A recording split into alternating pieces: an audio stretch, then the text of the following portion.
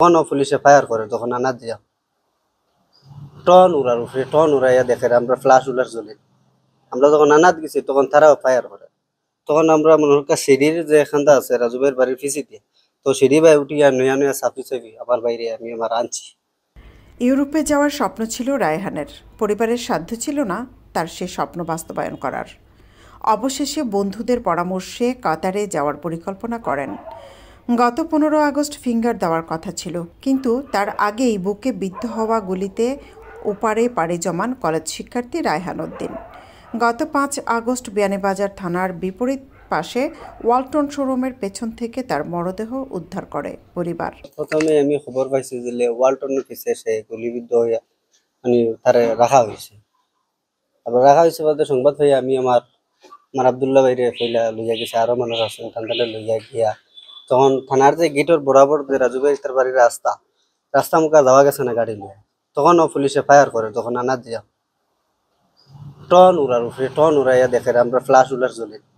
আমরা যখন আনাত গেছি তখন তারাও ফায়ার করে। তখন আমরা মনে হয় সিঁড়ির যে এখানটা আছে রাজুবের বাড়ির পিছিয়ে, তো সিঁড়ি বাই উঠিয়া নয়া নয়া চাপি চাপি আমার বাইরে আমি আমার আনছি। পুরাতন যে আপনার ব্রাক ব্যাংক ছিল ওই ব্যাংকের পিছনে দিয়ে আনার পরে তো মনে করেন মন মানসিকতা তেমন একটা নাই। আন এটা এখন গুলি খানো লাগছে। গুলি আপনার ঠিক এই জায়গায় লাগছে আর পিছন দিয়ে বাইরেছে।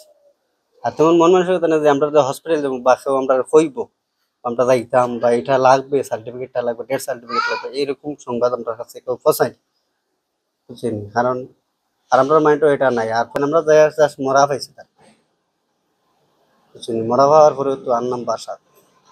ছেলে গুলিবিদ্ধ হওয়ার খবর পেয়ে ঘটনাস্থলে ছুটে যান রায়হানের পিতা ফারুক উদ্দিন, কিন্তু ছেলের মরদেহ দেখে নিজেকে সামলে রাখতে পারেননি। এর আগে আমি দোকান থেকে আমি 3টা, 3:30টার দিকে আইসি, একটা খাইছি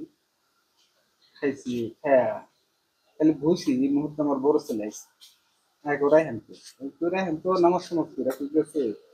আমি তো দেখেন না নাকি ওই আর একটা ছেলের হেনে গেছে, তখন আমার বড় ছেলে তৈরি গেছে একটা একটু একটু সময় গেছে গা, সন্ধ্যা 7 খবর হয় যেটা তুমি আমরা দৌড়াই হসপিটাল গেছি। হসপিটাল দেওয়ার পরে এখন তো আর পাই না, না পাওয়ার পরে কয়েকজন ফুলাফানে আমার কইলো যে তারা আছে, রায়হান আছে, চিন্তা করি না চিন্তা করে। তখন একটা নিউজ আইছে আমার কানো, একজনে কইছে যে বলে রায়হানে গুলি করছে। তখন তো আমি বেশি গেছি, দূর মেরে গেছি হসপিটাল গিয়ে দিয়ে আহত রোগী অনেক আছে। হসপিটাল গিয়ে পাইছি না, না পাইয়া কোনো সুরত হসপিটালে গাড়াইছে, আমি আর কিছু করতে হয়েছে। ওই এরপরে তো আমার ছেলের আইন না ইহান আইন না, সেরা পরে আমার আইনার পরে তো আমি আর কিছু করতে পারি না।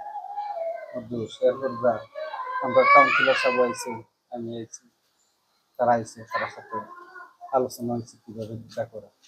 এই ঘটনায় পরিবার থেকে কোনো মামলা করবেন কি না জানতে চাইলে ফারুক আহমদ বলেন, সরকারের তালিকায় ছেলের নাম শহীদ হিসেবে লেখা থাকলেই তিনি খুশি। কোনো মামলা শুধু একটা নিউজ থাকতো সরকার আর দিয়ে আমরা আর কিছু কোনো মামলা করতেন তার তালিকাতে একটা নাম থাকতো যে শহীদের কাতার তার একটা নাম আছে, সেটুকু আল্লাহর কাছে আমরা দরখাস্ত। আমরা কোনো মামলা সামলা এই সেই এগুলো তো কোনো গুরুত্ব নেই, কারণ ছাত্র 5 ওয়াক্ত নামাজ পড়তো সবাই জানে দেখছে। আবার উনি বিএনসি ক্যাটারও ছিল, কইতে যাবো আমি বাইরে যাবো, বাইরের কাজটা তো আমি করছি ইটালি, কাগজ টাগজ করছি। 15 তারিখে তার ওই ফিঙ্গার দেওয়া যাবে, ফিঙ্গার দিয়ে আসলে তার ইয়াই বিষয় কাতারের ব্যবস্থা করছিল। কাতার থেকে এরপর আব্বা আমি অন্য জায়গাতে বন্ধু বান্ধব আছে, তারা সাথে যোগাযোগ করে আমি অন্য চিন্তা ভাবনা করবো কারণ আমি তো গরিব মানুষ যাইতে পারবো না, আমার কোনো স্রোতে আপনি কাতার হবে ওই লাইন আমরা করে করছিলাম। পরে শেষে ওনারা রায়হানকে নিয়ে ওনাদের গ্রামের বাড়িতে মাটি দাফন করছে। আর মইনুল ভাই যে মারা গেল ওনারও আনার পরে আমরা বিয়ানীবাজার যে পৌরসভার যে সরকারি গুরুস্থানের মধ্যে মাটি দেওয়া হয়েছে।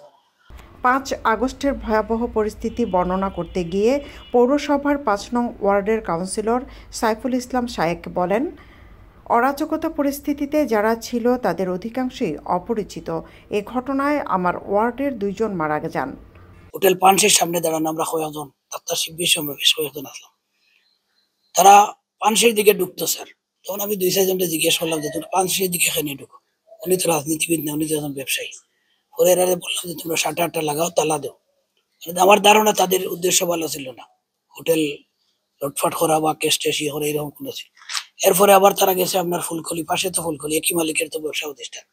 ফুলকলিতে গেছে, ফুলকলিতে যাওয়ার পরে আমি এরারে গেলাম, ছোট ছোট মানে যে বাচ্চাগুলা, এরার খেউরে চিনা যায় না, উপরে তো সবগুলা ফেস। বললাম তোমরা এইদিকে যাও ওখানে। বললেন না আমরা ওদিকে যাই আর মিষ্টি আনতাম। বললাম এখানে মিষ্টি বিক্রি হইতে না, এখন যাও। দেখলাম তারা লুটপাট করার চিন্তা ভাবনা করে। তো এখানে আমরা অনেকক্ষণ দাঁড়াইছি। রায়হানের বাড়ি ব্রাহ্মণবাড়িয়ার সরাইল থানা এলাকায়। 5 আগস্ট রাতে তার মরদেহ ব্রাহ্মণবাড়িয়া নিয়ে যাওয়া হয়। পরদিন পারিবারিক কবরস্থানে দাফন সম্পন্ন করা হয়। সৈয়দা আখি হক, এবিটিভি।